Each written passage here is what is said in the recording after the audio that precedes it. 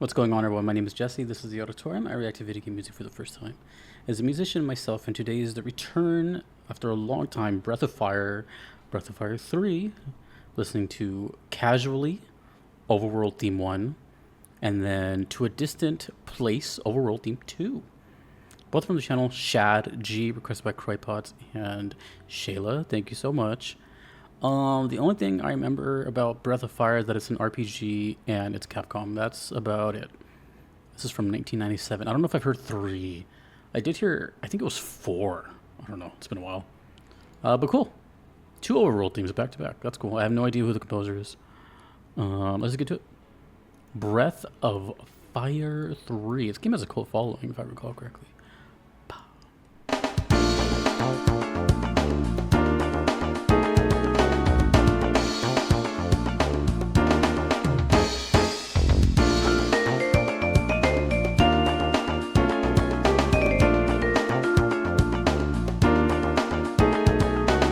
Overworld theme.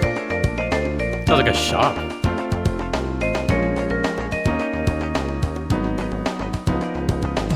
You know what this sounds like? This sounds like if Persona came out in like the early 90s and had this sound font.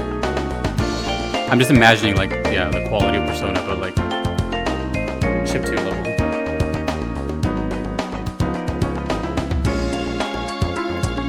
Surprising amount of musical stuff going on. We got a shaker, funk guitar, just panning.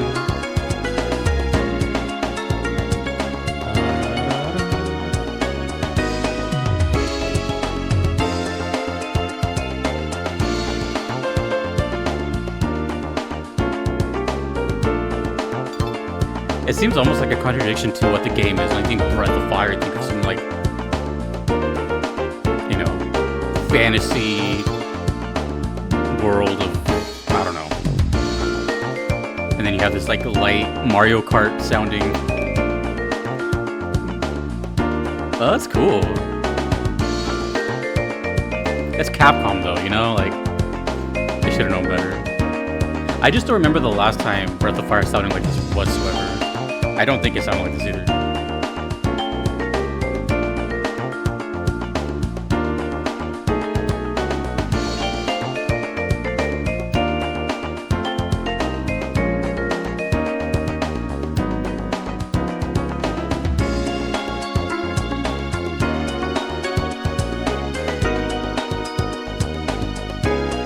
Does overworld mean like world map? Walking from place to place? So you don't hear for that long? Just maybe hear like 20 seconds of it? Oh. It's almost over. It is cool. I would never expect this to be from this game.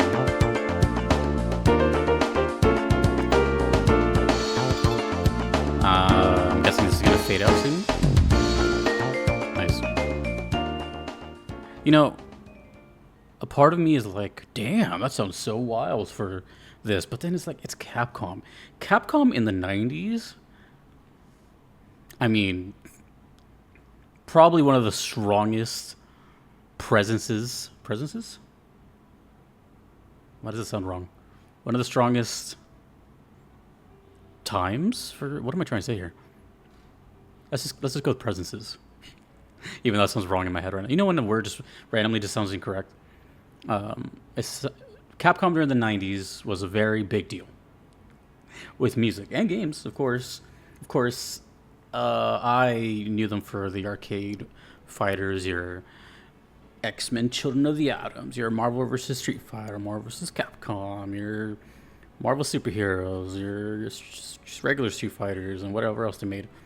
All their crossovers too. Capcom is SNK. Everything like the 90s, they just had it. I didn't know they were also doing this, so I don't know how many divisions they had. But one thing that I've noticed is just the music quality has always been there with Capcom.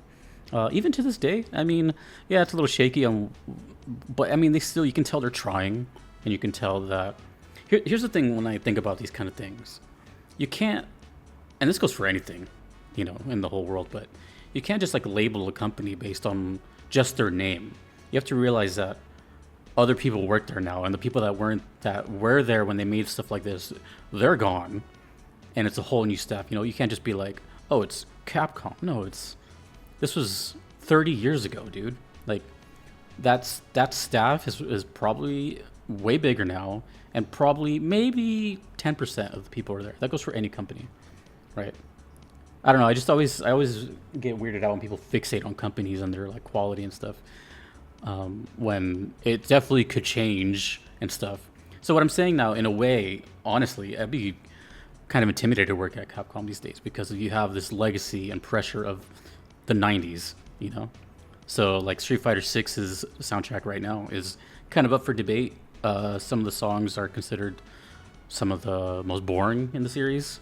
Some are really, really cool. You know what I mean? It's just like there's just all over the place. Whereas before it seemed very consistent. And I don't think that's just nostalgia either. Like I'm pretty sure the majority of people feel that way. But anyways, the Capcom of the 90s, I think, is just super, super solid. But first of all, I didn't even know they made an RPG. I think this is an RPG, pretty sure.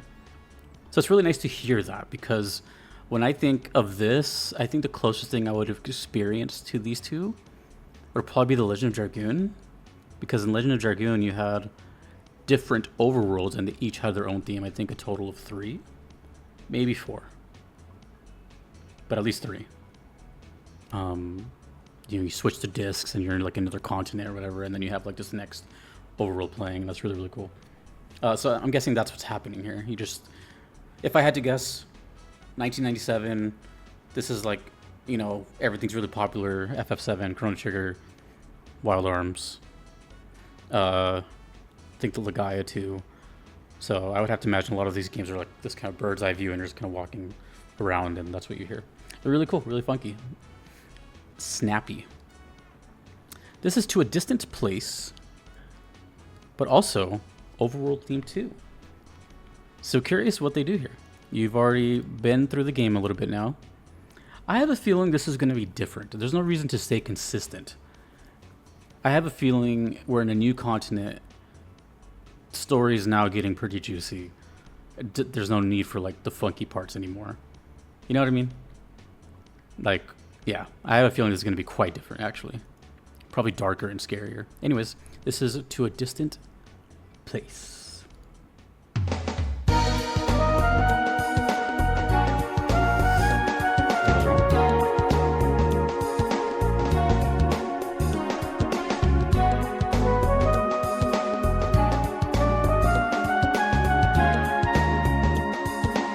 This is the kind of stuff you hear as a kid, and it'll stay with you forever. If I heard this in 1997, I would still be talking about this now. Because I do it with other games at the same era. A little Streets of Rage, Yuzo Koshiro-ish.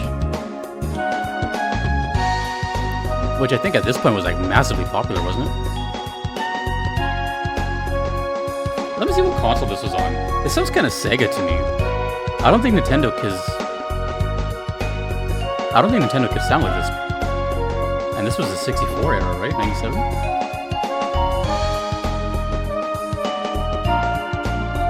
No, not Sega. 97. This sounds like a PlayStation, right? There was no Sega in 97. Well, I don't know. Saturn, maybe? Alright, I have a minute to look stuff up. Damn, dude. It's for the PlayStation. Yeah, I could tell. No wonder it sounds so good. I just knew it definitely wasn't Nintendo, just by the sound of it. Yoshino Aoki and Akira Kaito. Akari and Kaito. Humans live alongside anthropomorphic creatures. Wait a minute, the main character's name is Ryu? Capcom naming a character Ryu? That's cheeky.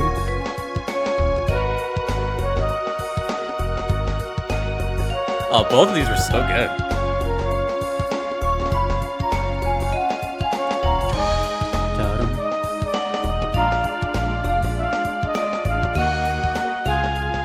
I don't know why. I have no idea why I'm saying this.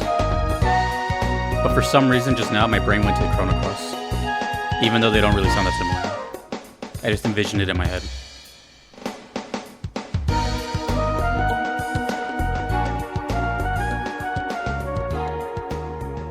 That was great, man. Those were both like right on the same. I mean, they really did sound the same in that. What I said was completely debunked about like the more advancing sound or something, but makes me think if there's any more overworld themes. But damn, that was really, really good. PlayStation RPG. Okay, what am I thinking of? That's Phantasy Star. Never mind. For the longest time, I had like Phantasy Star and this game confused. I'm like, I knew there was like a Sega specific RPG. Never mind. Okay. Those are both fantastic. Those are like the kind of songs that I really listen to like on the daily when I'm not working or anything. Just have, instrumental chill music that I can just kind of lounge to or work to, or even walk to. It's stuff like this that easily can make a fan of the genre. Especially at a young, impressionable age, I can see someone going from this to Persona very easy, or just stuff like that, or even Shin Megami, which is also very groovy. And actually, yeah, one of the requesters is a huge Shin Megami fan. Except stuff like this prepares you for stuff like Shin Megami, because Shin Megami is really weird but full of groove, and it's this underneath. You know what I mean?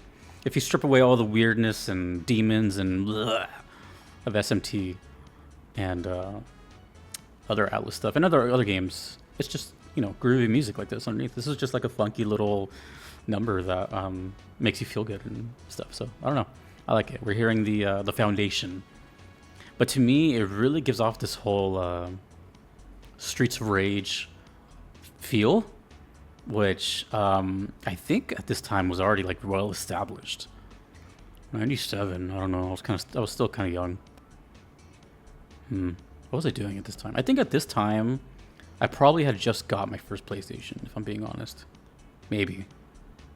No, I think I got like a 98. I don't know. Either way, both of those are great. Let me know if there's any more overworld themes, like if it keeps advancing. But if I had to take a guess, which I already failed once, I would have to guess that a lot of the soundtrack isn't really like this, and it's just really like these, maybe just the town themes or something. And I have a feeling maybe the battle themes are quite different, maybe what we're more used to in JRPGs. But either way, really cool, awesome. And tell me more about the Breath of Fire series. I know nothing of it. I've only done it, I know for sure once, maybe twice. But awesome. Thanks to the requesters. I think I might have found some music to put as background music now, so that's always good. Thanks to all the requesters you see on screen. I couldn't be here without them. And thanks to you for watching. My name is Jesse. In the auditorium, have a good one.